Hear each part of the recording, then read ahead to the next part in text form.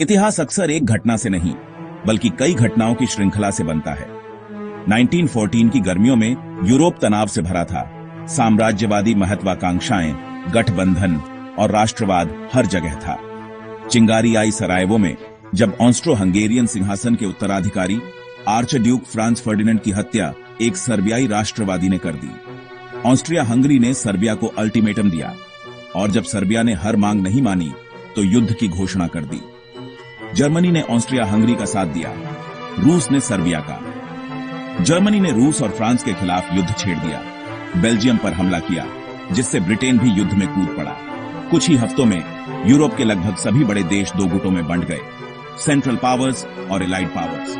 लाखों युवा देशभक्ति के जोश में एक ऐसे युद्ध में चले गए जिसने उनकी कल्पनाओं को चकनाचूर कर दिया। एक क्षेत्रीय संकट से शुरू हुआ संघर्ष अब एक विश्व युद्ध बन चुका था। जर्मन सेना ने फ्रांस में तेजी से बढ़त बनाई, लेकिन मारने की लड़ाई में उन्हें रोक दिया गया। गतिशील युद्ध अब खाई युद्ध में बदल गया। खाइयों में जीवन बेहद कठिन था, गंदगी, चूहे, पानी और हर वक्त मौत का डर। सैनिकों को बार बार नो मैन्स लैंड पार करने का आदेश मिलता, जहां मशीन गनों की आग उनका इंतजार करती थी। पश्चिमी मोर्चा जमे रहने के दौरान पूर्वी मोर्चे पर लड़ाई तेज थी और गैलीपोली अभियान मित्र राष्ट्रों के लिए भारी विफलता साबित हुआ। वर्दा और सोम की लड़ाइयों में लाखों जानें गईं, लेकिन कोई निर्णायक जीत नहीं मिली।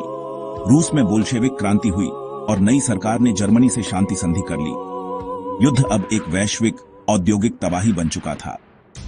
यह युद्ध औद्योगिक तकनीक के खौफनाक इस्तेमाल के लिए कुख्यात है। मशीन गन, लंबी दूरी की तोपें और जहरीली गैस ने युद्ध को और भी घातक बना दिया।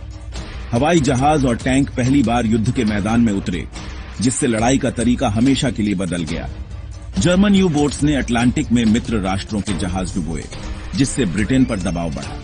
असीमित पनडुब्बी युद्ध ने अमेरिका को भी युद्ध में खींच लिया।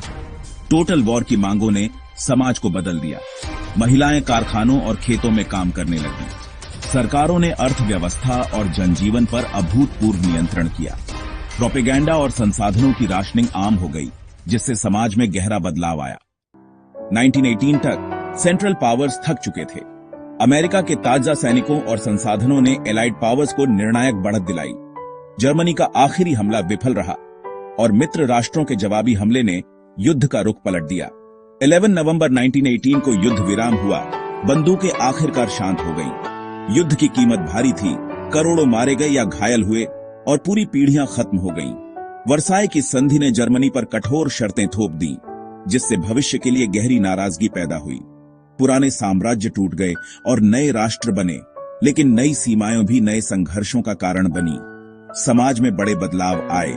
महिलाओं के अधिकार और श्रमिक आंदोलनों को बल मिला, लेकिन शांति नाजुक थी।